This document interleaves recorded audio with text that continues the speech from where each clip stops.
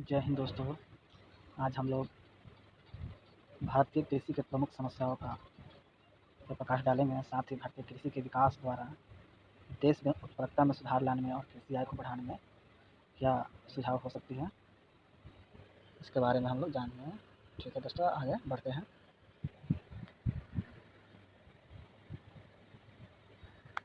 First of all पहले भूमिका को हम लोग देख लेते हैं।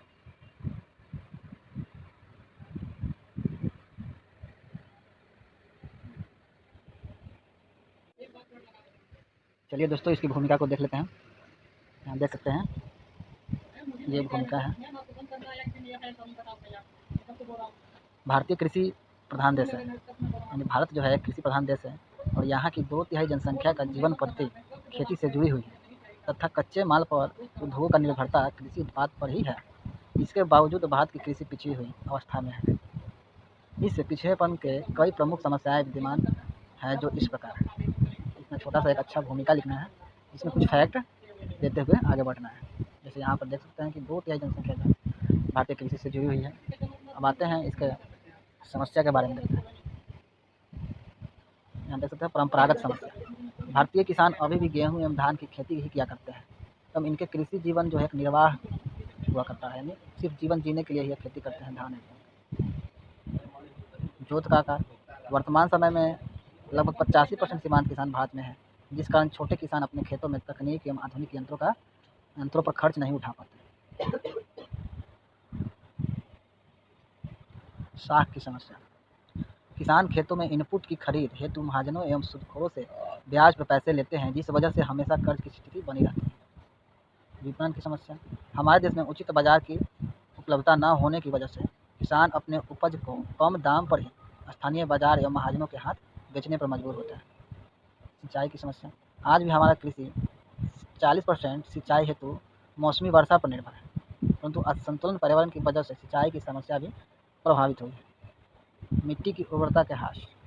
हरित क्रांति की सफलता ने खाद्य आपूर्ति को तो बढ़ाया, परंतु ज़्यादा रासायनिक खाद एवं कीटनाशक के उपयोग ने मिट्टी की उर्वरता शक्ति को कमजोर कर दिया है। और संरचना का अभाव। हमारे देश में खाद्य भंडारण, कोल्ड स्टोरेज एवं खेतों तक सड़क की जुड़ाव की समस्या विद्यमान है, जिस वजह से लाखों टन अनाज की बर्बादी हो जाती है।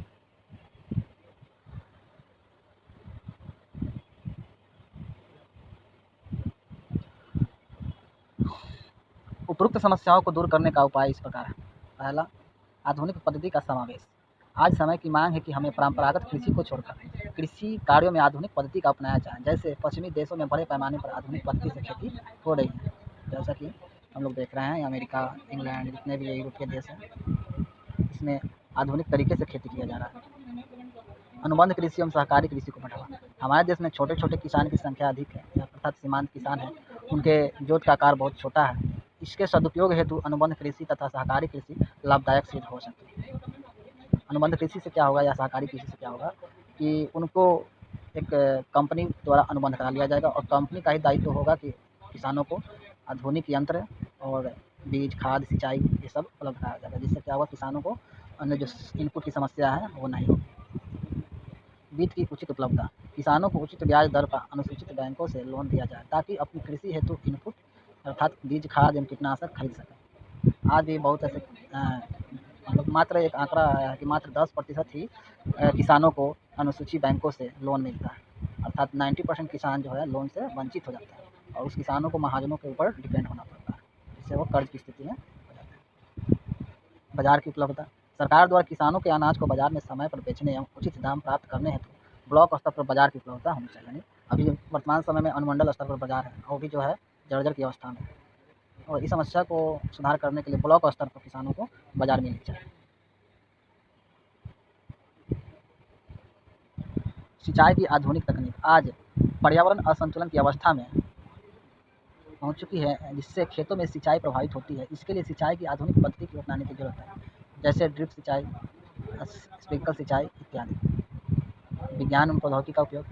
दोस्तों, विज्ञान एवं प्रौद्योगिकी एक ऐसी तकनीक है जिसके माध्यम से किसानों को जितने भी समस्या है लगभग उसका समाधान हो सकता है। जैसे अत्यधिक उत्पादन एवं पोषण, जो खाद्य असुरक्षा की जो समस्या, पोषण की समस्या, युक्त खाद्य पदार्थ की समस्या को कम करने में विज्ञान एवं प्रौद्योगिकी एक क्रांतिकारी पहल हो सकती है। इसके समावेश से मिट्टी की परीक्षण, बीटी फसल, जीएम फसल यानी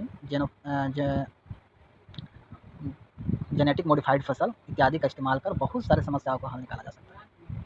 अवसंरचना का विकास, भंडारण, शीत भंडार एवं संपर्क सड़क, बिजली इत्यादि का बंदोबस्त किसानों के लिए एक वरदान साबित हो सकता है। इसके समावेशन हेतु सरकार द्वारा भी कई उपाय किए गए हैं, अर्थात अभी जो सरकार द्वारा कुछ उपाय किए गए हैं किसानों के और कृषि की समस्या को दूर करने के लिए, जैसे देख सकते हैं ई नाम, एमएसपी, किसान क्रेडिट कार्ड, किसान कॉल सेंटर, बृहदम लघु सिंचाई परियोजना, इजराइल देश से ड्रिप सिंचाई की पद्धति को अपनाना। इसके अलावा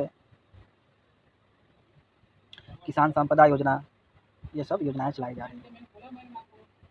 और अब दोस्तों ये जो बॉडी पार्ट था इस प्रश्न का वो समाप्त हुआ और एक छोटा सा निष्कर्ष देकर हम इस उत्तर को समाप्त करेंगे। यहाँ पे निष्कर्ष है, इस प्रकार कुल मिलाकर हम कह सकते हैं कि कृषि में विद्यमान समस्याओं को खत्म करने हेतु दिए गए सुझाव पर अगर उचित एवं दृढ़ निश्चय शक्ति से अमल किया जाए तो वो दिन दूर नहीं कि हम खाद्य सुरक्षा एवं किसानों की आय दोगुनी करने में कामयाब हो सकें। इस तरह से एक छोटा सा निष्कर्ष देकर इस उत्तर को समाप्त किया। आशा करता हूँ दोस्तों ये जो प्रश्न का जो उत्तर था आप लोगों के लिए बहुत ही लाभदायक सिद्ध होगा आगे आने वाले CDPO एवं 67 UPSC मेंस के एग्जाम के लिए। चलिए दोस्तों, जय हिंद, धन्यवाद।